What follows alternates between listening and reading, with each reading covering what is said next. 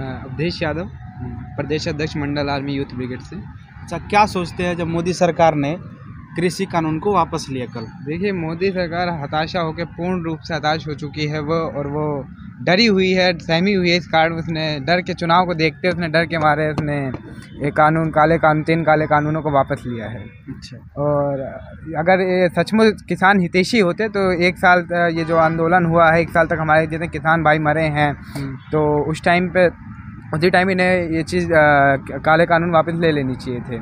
और अभी कल का आपने जब काले कानून वापस लेने की बात मोदी जी कर रहे थे, उनका अगर भाषण आप सभी ने सुना होगा, तो एक लाइन है, उन्होंने कहा था कि मेरी तपस्या में कुछ कमी रह गई। बिल्कुल।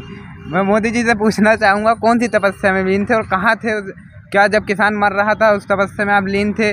जब किसानों के ऊपर आंसू गोले छोड़े जा रहे थे उस टाइम आप अपनी तपस्या में लीन थे? या बंगाल के चुनाव प्रचार की तपस्या में लीन थे? और ये तपस्या भंग कैसे हो गई, मुझे समझ नहीं आ रहा मोदी जी। मेरे अनुमान से तो इन्हें चुनाव को देखते हुए जो चुनाव का डर सता रहा है कि अब आने वाले समय में देश की जनता भाजपा को सत्ता से उखाड़ फेंकने वाली है, इस कारण इनकी तपस्या भंग हो चुकी है। और मैं सभी किसान भाइयों को बधाई देना चाहूँगा। ये हमारे लोकतंत्र की जीत है, हमारे किसान भाइयों की जीत है। इतनी 700 से 800 शहादतें देने के बाद हमने ये जीत पाई है। मैं बहुत बहुत शुभकामनाएं देना चाहूँगा अपने किसान साथियों को। देखिए, जैसा कि आप सभी को पता है कि मंडल आर्मी पिछले वर्ष से लगातार जातिवाद जनगणना की मांग कर रही है। अभी हमने पद यात्राएँ भी निकाली हैं। बक्सर से लेकर बिहार पटना तक एक पद यात्रा निकली थी, दूसरी पद यात्रा। और पहली पद यात्रा हमारी राजस्थान से दिल्ली आई थी, जो मंडल साहब की जयंती पे एक भव्य कार्यक्रम का आयोजन भी किया गया था।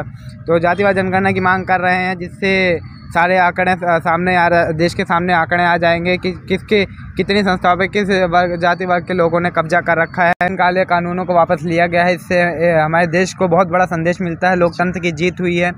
और जैसा कि आप सभी को पता है कि हम लगातार जातिवाद जनगणना की मांग को लेकर संघर्ष कर रहे हैं।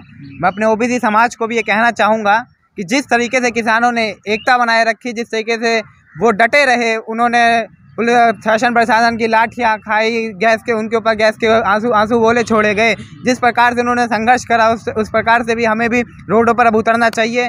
और जातिगत जनगणना जब तक ना कराए, जब तक मैं दिन रात का एक करके संघर्ष करना चाहिए। और जातिवाद जनगणना करवा के देश के सामने आंकड़े लाने चाहिए।